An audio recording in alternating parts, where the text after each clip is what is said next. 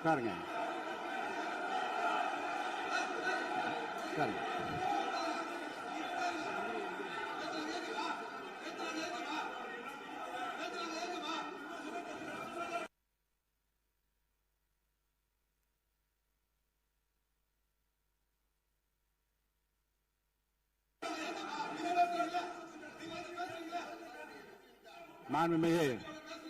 மாண்பு உறுப்பினர்கள் அமைதி காக்க வேண்டும். நேற்று எதிர்க்கட்சித் தலைவர் பேசுகிற போதும் அவர் பேசுகிற எல்லாவற்றுக்கும் நான் அனுமதி அளித்தேன். அதில் பாயிண்ட் ஆஃப் கேளுங்க, அந்த விவாதத்தில் கேளுங்க. இப்போதும் மாண்புமிகு முதலமைச்சர் அவர் பேசி முடித்த பிறகு நான் உங்களுக்கு அதுக்குரிய அவகாசத்தை தருகிறேன். நீங்க கேள்வி கேளுங்க. கேட்கிற உரிமையும் விளக்கத்தை பெற்றுக்கொள்ள உரிமை உங்களுக்கு இருக்கிறது. அதற்கு அவகாசம் நான் தருகிறேன். மாண்புமிகு உறுப்பினர் அமருங்க. நான் என் தீர்ப்பை சொல்லுகிறேன். மாண்புமிகு முதலமைச்சர் அவர்கள் பேசி முடித்தவுடன் எதிர்க்கட்சி தலைவருக்கு அந்த வாய்ப்பை நான் தருகிறேன். நிச்சயமா அந்த கேள்வி கேட்கலாம். உட்காருங்க எல்லாரும். பேரவை முன்னவர் பேசுங்க. மாண்பு பேரவைத் தலைவர் அவர்களே, இன்று இவர்கள் முயற்சி செய்வது அவர் ஆளுங்கட்சியாக இருக்கின்ற போது நான் சொல்லிடுறேன் பிளீஸ். ஒரே நிமிஷம் நான் சொல்லிடுறேன் பிளீஸ். ஆளும் கட்சியாக இருக்கின்ற போது நீங்கள் சொன்ன ஒரே வார்த்தை, நாங்கள் பேசி முடித்ததற்கு பிறகு குறிப்பிடுத்துவிட்டு நீங்கள் எந்த கேள்வி வேண்டுமானாலும் கேட்கலாம் என்று ஒரு முறையை நீங்கள் பின்பற்றினீர்கள். அதே முறையை இப்போது பின்பற்ற வேண்டும் என்று கேட்டுக்கொள்கிறேன்.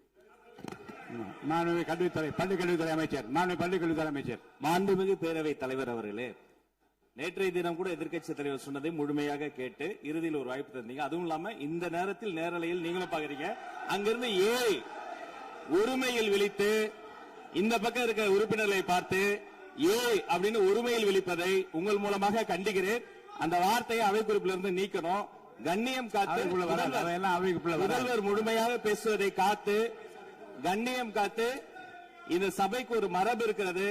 அதை மூத்த உறுப்பினர்கள் பின்பற்றபடி உங்கள் மூலமாக கேட்டுக்கொள்கிறேன். மாண்புமிகு முதலமைச்சர் அவர்கள் உரையை தொடரலாம். நான் தரேன். நான் உறுதியாக மாண்புமிகு முதலமைச்சர் அவர்கள் பேசி முடித்தவுடன் எதிர்க்கட்சி தலைவருக்கு அந்த வாய்ப்பு தரப்படும் என்பதை உறுதியாக சொல்லிவிட்டேன். இடையிலே குறுக்கீடு செய்யாமல் அந்த பேச்சு முழுமையாக பேசி முடிக்க நீங்கள் அனுமதி வழங்க வேண்டும் என்று கேட்டுக்கொள்கிறேன். அமைதியா உட்காருங்க. அவங்க பேசி முடிக்கட்டும், நீங்க கேளுங்க. நான் என்ன சொல்றேன், கேட்கிற உரிமையும் விளக்கத்தை கேட்டு பெற உரிமை உங்களுக்கு இருக்கிறது. ஆனா இடையிலே குறுக்கீடு செய்யாமல் அதை முடிக்கும்படி நான் கேட்டுக்கொள்கிறேன். மாண்புமிகு முதலமைச்சர் அவர்கள் தொடர்ந்து நீங்க பேசலாம்.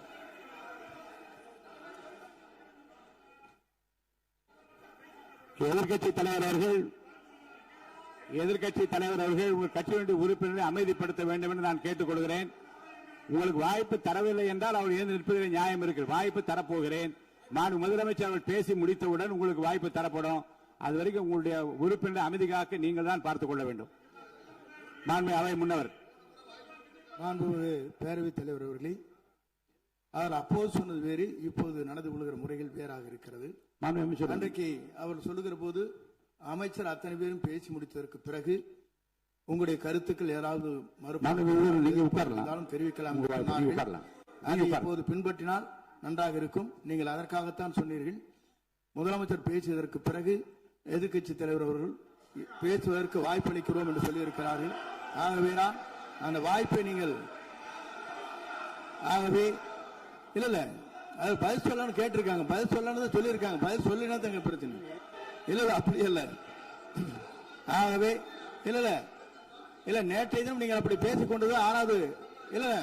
நேற்றைய தினம் உங்கள் பேசுகிற போது ஆறாவது குறுக்கிட்டார்களா? நீங்கள் பேசுகிற போது யாருமே குறுக்கிடவில்லை. நீங்க எவ்வளவு பேசினீர்கள், எவ்வளவு வார்த்தைகள் பேசினீர்கள் என்பதெல்லாம் எங்களுக்கு தெரியும்.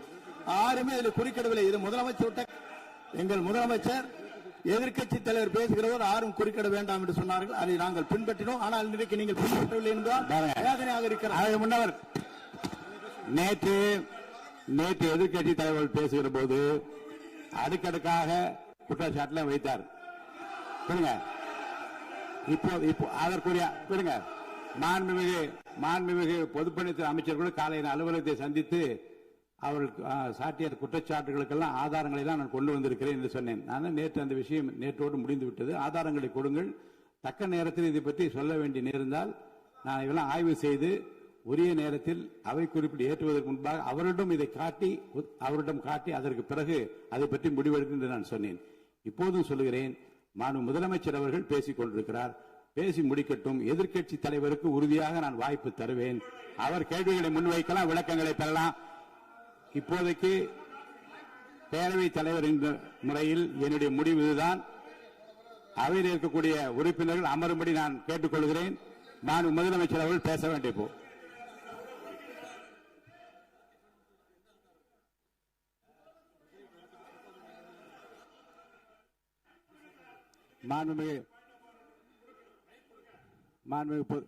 இருங்க. அதை முன்னவர் முடிக்கட்டும். பேரவைத் தலைவர் அவர்களே, நேற்றைய தினம் நீங்கள் முழுமையாக பேசினீர்கள். உங்கள் பேச்சுக்கள் எப்படி இருந்தது என்பதும் நாடறியும். இருந்தாலும் கூட நாங்கள் அமைதியாக இருந்தோம். இல்ல நீங்க இருங்க, ஒவ்வொரு வார்த்தைக்கு இருங்க. நீங்க மின்வெட்டையில நீங்க சொன்னீங்க, உங்களுடைய முன்னாள் அமைச்சர் ஆற்காடு வீராசாமி இருக்கிற போது மின்வெட்டால் தான் நாங்கள் ஆட்சியே மாறியது என்றெல்லாம் சொன்ன கதையெல்லாம் இருக்கு. அதெல்லாம் சொன்னோம்னாங்க, நாங்களே அமைதியா இருந்தா. அதுக்கு அங்கே தயவு செய்து எதிர்கட்சி தலைவருக்கு வாய்ப்பளிக்கிறார்கள். அந்த வாய்ப்பை நீங்கள் அவர் முதலமைச்சர் பேசுவதற்கு பிறகு பேசினால் அழகாக இருக்கும். அவை முன்னர் பள்ளி கல்வித்துறை அமைச்சர் மாண்புமிகு பேரவைத் தலைவர் அவர்களே, அவர் ஒரே ஒரு வார்த்தையை தான் சொன்னார். பார்ட்டி ஃபண்ட் என்ற வார்த்தையை கேட்டு எதிர்க்கட்சி நண்பர்கள் கோபப்படுகிறார்கள். ஆனால் அதன் மீது உங்களுக்கு பாயிண்ட் ஆஃப் ஆர்டர் தருவதாகவும் நீங்கள் சட்டப்பேரவைத் தலைவர் சொல்கிறீர்கள். நேற்றைய தினம் இதே போல வெற்றி தலைவர் அவர்களினுடைய வழிகாட்டில் வளர்ந்த நாங்கள் சகிப்புத்தன்மையோடு அவர்கள் பல வார்த்தைகள் சொன்னார்கள். புதிதாக சோஃபா மாடல் என்றார்கள், குதிரை பேரம் என்றார்கள், எத்தனையோ வார்த்தைகள் சொன்ன போது சகிப்புத்தன்மையோடு அதை கேட்டு பொறுமையாக இருந்தோம். இவர்கள் குதிரை பேரம் எல்லாம் அவைக்குள் நீக்கப்பட்டு விட்டது. சரி, சோஃபா மாடல் என்று சொன்னார்கள்.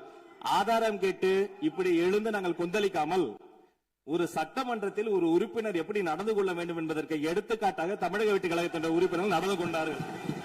இப்போது மதிப்பிற்குரிய எதிர்க்கட்சி தலைவர் அவர்களை உங்கள் ஊடாக நான் கேட்பது என்னவென்றால், அவர்களினுடைய கட்சி உறுப்பினர்களை அவர் அமைதிப்படுத்தி முதல்வர் அவர்கள் உரையை முழுமையாக கேட்டு சகிப்புத்தன்மைக்கு சட்டமன்றத்தில் இந்த பக்கம் மட்டுமல்ல அந்த பக்கமும் எடுத்துக்காட்டாக இருப்பதற்கு அவர் வழிவகை செய்ய வேண்டும் என்று உங்கள் மூலமாக கேட்டுக்கொள்கிறேன். பொதுப்பணித்துறை அமைச்சர்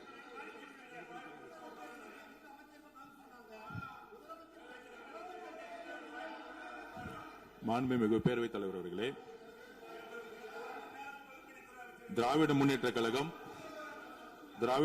கழகம் முதல் நாளில் இந்த சபையுடைய மரபையும் பாரம்பரியத்தை பற்றியும் நமக்கு வகுப்படுத்தார்கள். அந்த மரபுப்படி எங்களுடைய தலைவருடைய வழியில் இந்த சட்டசபையுடைய நிகழ்வுகளில் நாங்கள் கலந்து கொண்டிருக்கிறோம். நேற்று எதிர்க்கட்சி தலைவர் பேசும்பொழுது எவ்வளவோ வார்த்தைகள் உண்மைக்கு புறம்பாக சட்டத்திற்கு எதிராக ஒரே நிமிஷம் பேசுறேன். சட்டத்திற்காக பேசும் பொழுது நாங்கள் அமைதியாக இருந்தோம். ஒரு 2-3 முறை தான் அவரு பேசும்போது மினிஸ்டர்கள் நின்னாங்க. ஆனா இன்னைக்கு மாண்புமிகு முதலமைச்சருடைய முதல் உரை, கடந்த 4 நாட்களாக திராவிட முன்னேற்ற கழகம் முதலமைச்சர் ஏன் பேசலன்னு சொல்லிட்டே இருந்தாங்க. இன்னைக்கு பேச ஆரம்பிச்ச உடனே அவர் சொன்ன வார்த்தை பார்ட்டி ஃபண்ட் சொன்னார். எந்த பார்ட்டின்னு சொல்ல. ஆனா அந்த வார்த்தைகள் சொல்லி முடிஞ்ச உடனே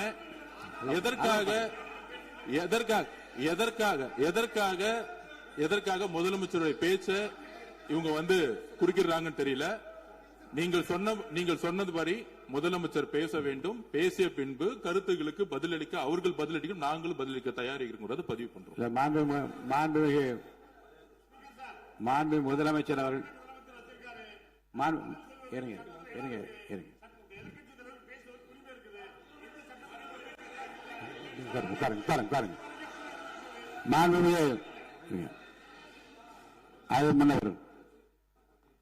மரபு இருக்கிறது, எப்போது வேணும் பாயிண்ட் ஆஃப் ஆர்டர். இருந்தாலும் கூட நீங்க அந்த மரபை நீங்க கடைபிடித்தீங்களா? உங்க ஆட்சியில நீங்க வேண்டாம், நான் வேண்டாம். அவை முன்னவர் அது முன்னவர் முன்பு எப்படி நடந்தால் என்பதை பற்றியோ முன்பு நடந்த நிகழ்வுகள் பற்றியோ நீங்கள் சொல்லி மீண்டும் மீண்டும் இந்த அவையினுடைய மாண்பை குறைக்க வேண்டாம் என்று நான் கேட்டுக்கொள்ள வேண்டாம். இப்போது உள்ள பிரச்சனை மாண்பு முதலமைச்சர் அவர்கள் தன்னுடைய பேச்சை உறுதி செய்து முடிக்க வேண்டும். அவர் முடித்த பிறகு எதிர்க்கட்சி தலைவருக்கு நான் நிச்சயமாக வாய்ப்பு தருவேன். அவர் கேள்வி கணக்குகளை தொடுக்கலாம், சந்தேகங்களை கேட்கலாம், விளக்கம் தருவதற்கு மாண்பு முதலமைச்சர் அவர்கள் தயாராக இருக்கின்றார். அமைதியாக என்னை அமரும்படி நான் கேட்டுக்கொள்கிறேன். இப்ப நான் அனுமதிக்க முடியாது. மாண்பு முதலமைச்சர் உரையை தொடரலாம்.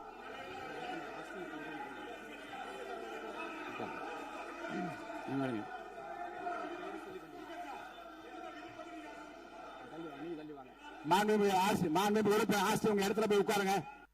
மாண்பு உறுப்பினர் ஆஸ்தின், நீங்க ஒரு மூத்த உறுப்பினர், சபை விதிகளை நன்கு தெரிந்த ஒரு உறுப்பினர், நீங்க போய் இடத்துல உட்காருங்க. முதல்ல மாண்பு முதலமைச்சர் அவர்கள் உரையை தொடரலாம். இப்போது எந்த விதமான பாயிண்ட் ஆஃப் ஆர்டர்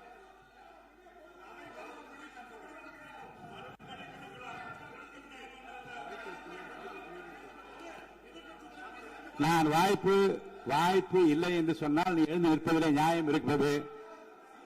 உட்காருங்க. வாய்ப்பு உறுதியாக எதிர்க்கட்சி தலைவருக்கு பாயிண்ட் ஆஃப் ஆர்டர் மட்டுமல்ல, உட்கார்ந்து அவர் பேசிய பேச்சுக்கள் என்னென்ன இருங்க, என்ன என்ன என்ன என்ன என்ன உங்களுக்கு சந்தேகம் இருக்கிறதோ, வினாக்கள் இருக்கிறதோ அதை நீங்க கேட்கலாம். அவர் பதில் சொல்வதற்கு தயாராக இருக்கிறார். பேசி முடிக்கின்ற வரை அமைதி காக்கும்படி உங்களை நான் கேட்டுக்கொள்கிறேன். மாண்புமிகு எதிர்க்கட்சி தலைவர் முழு ஒத்துழைப்பை நீங்கள் தர வேண்டும் என்று நான் எதிர்பார்க்கிறேன்.